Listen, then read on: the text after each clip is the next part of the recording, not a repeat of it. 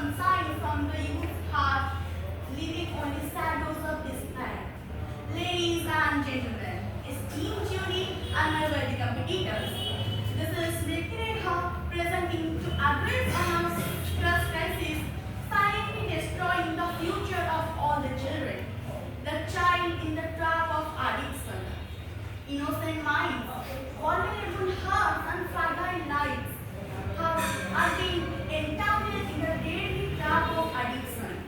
But we have often thought about addiction as an adult problem. But the reality is harsh. Children as young as 8, 9 or 10 are being storming into its grip. Substance abuse, screen addiction and behavioral disorders are stealing their childhood, eroding their potential and scattering their dreams. But addiction is not a moral folly. It's a disease. It's a cry for help. It's a scream for attention and a desperate for connection. The children are not lost causes. They are the lost souls. Addiction starts with experimentation but ends at devastation. How do we let this happen? How do we allow the children to become the prisoners of their own desires? We gave them smartphones to connect, but they misuse it to escape. We provide them video games for entertainment, but they became a virtual high. It's not just the technology, it's the pressure to perform, the need for validation, and the lack of mental support. But hope becomes.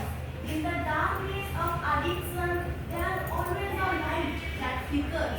The light of resilience, the light of courage, and the light of salvation.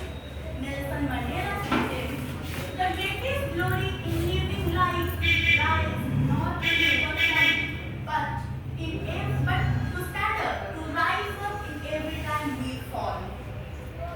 We cannot go back and change the beginning, but surely we can start now and change the ending. So what can we do? What is the role of ours in this situation? We can guide them. We can protect them.